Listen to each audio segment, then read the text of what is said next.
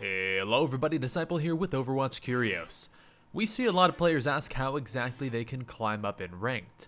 Now this question can be pretty difficult to answer because your overall performance depends on a multitude of different factors, and some of those might be completely out of your control.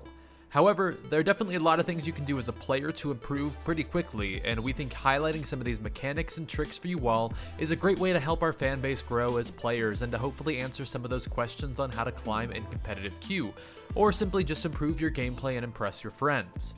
We've consulted with Grandmaster and top 500 players to bring you all some more tricks that Grandmaster players abuse in their own games that you can add to your own gameplay to improve a lot faster.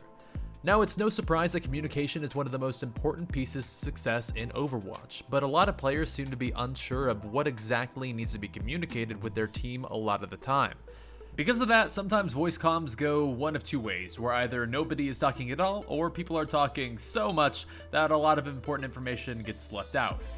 Now, one of the most important things you can do as a player to improve your gameplay and help your team is to call out important cooldowns and create windows of opportunity for kills based purely off of what you've seen happen right in front of you. Now, for instance, Tracer's become one of the most prevalent heroes in the game due to her high mobility and damage potential, and the higher you climb in skill rating, the more likely it is for you to face Tracers in-game match after match. An example of communicating important cooldowns could be something as simple as letting your team know that Tracer has used her recall. Knowing that recalls on cooldown means your team can turn their attention towards her a lot more easily and look to secure a kill because she has no means of escaping and resetting other than her blink. However, it's not just being able to communicate enemy cooldowns that's important to your team's success.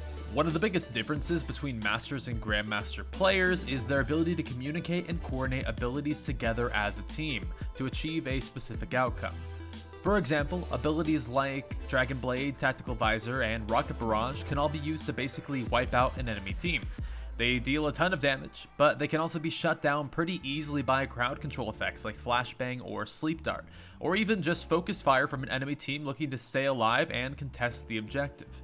Grandmaster players will go out of the way to communicate their intentions and what they specifically have planned before a fight, and discuss how best the team can help them pull that off or work with them. So, for example, if you're playing an ultimate like these, let your tanks know before you go in for the play, by asking a D.Va to provide some support with Defense Matrix or a Zarya to bubble you during your ult. You make it so much easier for your team to provide support for you and work around your personal goals, and trust me, your team wants to work with you here because it'll make them look really good. As a Zarya player, if I have to try and spot the Genji already diving into enemy lines trying to get the shield off before he manages to kill himself, it's a lot harder than just throwing it on him as he goes up into the air and looking at the team wipe knowing that I was a part of it. Now this even works outside of your own ults, just in terms of giving your team a specific goal and plan for upcoming fights. For example, a dive composition may want to play aggressively on the enemy supports at the start of the fight. GM players will make a call for Winston to leap in first on the enemy Lucio and to force out his knockback so the rest of the team can collapse quickly. And while they know the knockback is on cooldown, they can quickly pick him off in response. Knowing what to coordinate and what your team plan is prior to a fight, and then calling important cooldowns and focusing on targets during the fight will improve your overall success without you having to suddenly become a mechanical god with insane aim on Widowmaker. Another thing that GM players will abuse is the pure numbers game behind Overwatch. At its most simple level, it's assuming matchmaking is working as intended. Every team should be relatively balanced in terms of mechanical skill, at least on a statistical basis. So with that said, knowing how to exploit the numbers game in your favor can pay pretty high dividends for your team. You may see pro players often force a D.Va out of her mech and then wait to kill her, or sometimes not even kill her at all. Since D.Va's really only effective when she has the abilities of her mech, by forcing her to respawn long after her team has lost the fight, or simply leaving her alive until the next fight, you create this 6v5 moment for your team where you have an advantage that may not be because of your specific players, but simply because of one decision that you made during the last fight, and you can force them to wait for D.Va's respawn in order to group up for the following fight, buying your team a lot of time, or allowing you to even just straight up win the next fight altogether. Beyond that though, Grandmaster players also know when their team has already won a fight. At this point in time, they might send highly immobile characters towards the enemy spawn to either slow them or get additional kills while the rest of their team finishes cleaning up the previous fight, capturing an advantage or pushing a payload. Playing the game of numbers works both ways, however, so understanding when to run from a fight is really important for you and your team as a whole. Sometimes a single kill or two for the enemy team means there's no way that you can win the fight, and trying to fight outnumbered should never work out for you, assuming that your team is just as good as theirs. If you continue to fight anyway, you inevitably give them more charge on their ultimate abilities, while also delaying the amount of time it'll take your team to group back up for another go.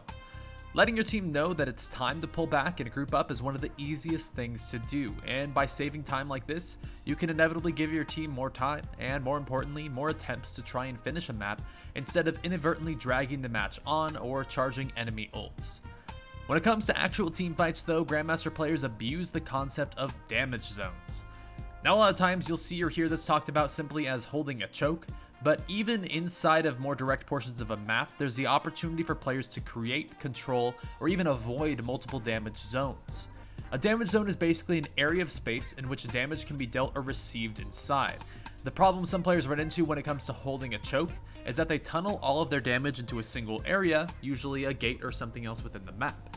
And Grandmaster players can instead focus on setting up multiple damage zones, sometimes up to 3, from which they can deal damage across multiple angles to the enemy team. Because of that, it becomes a lot harder to block or prevent damage coming in, or to outpressure with damage of your own in response. This concept is demonstrated pretty well by a lot of Overwatch League teams. Oftentimes, you'll see defending teams concede the point or not even stand on it, and instead find positions either in flanks or towards the next checkpoint of a map. By doing this, they funnel the attacking team into a singular point of focus, but have the advantage of being able to deal damage from multiple points, which exhausts the defensive capabilities of the attacking team. Just as a simple concept, conceding a point like Control Center on Lijiang Tower will direct the enemies into the single point.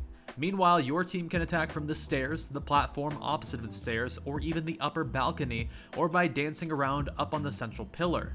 However, creating damage zones isn't all about positioning. Sometimes a character like Pharah can create an additional damage zone just by floating above the rest of her team.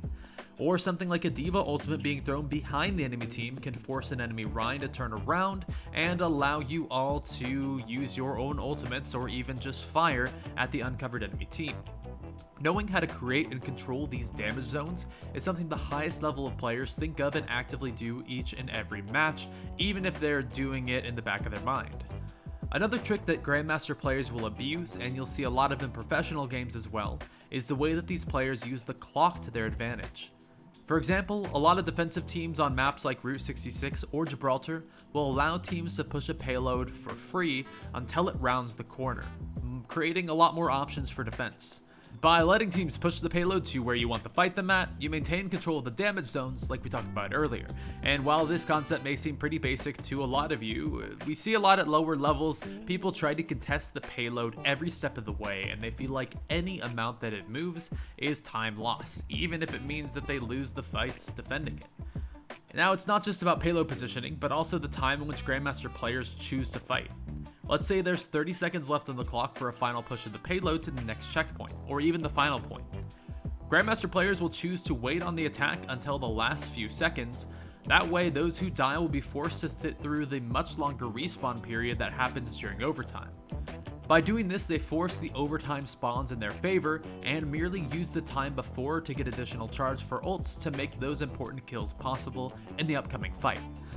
At lower levels of play, people often don't even realize things like this, so knowing how exactly to use the clock in your favor can improve your gameplay dramatically. Well, everybody, that's about to do it for this latest video on tricks that Grandmaster players abuse. But if you're interested in seeing more videos talking about some of these tricks and all of the different concepts in play behind the scenes of the game, why not give us a thumbs up on the video? And of course, if you haven't subscribed to Overwatch Curios, what are you waiting for? It's the easiest way to check out all of our newest content and stay up to date with everything Overwatch.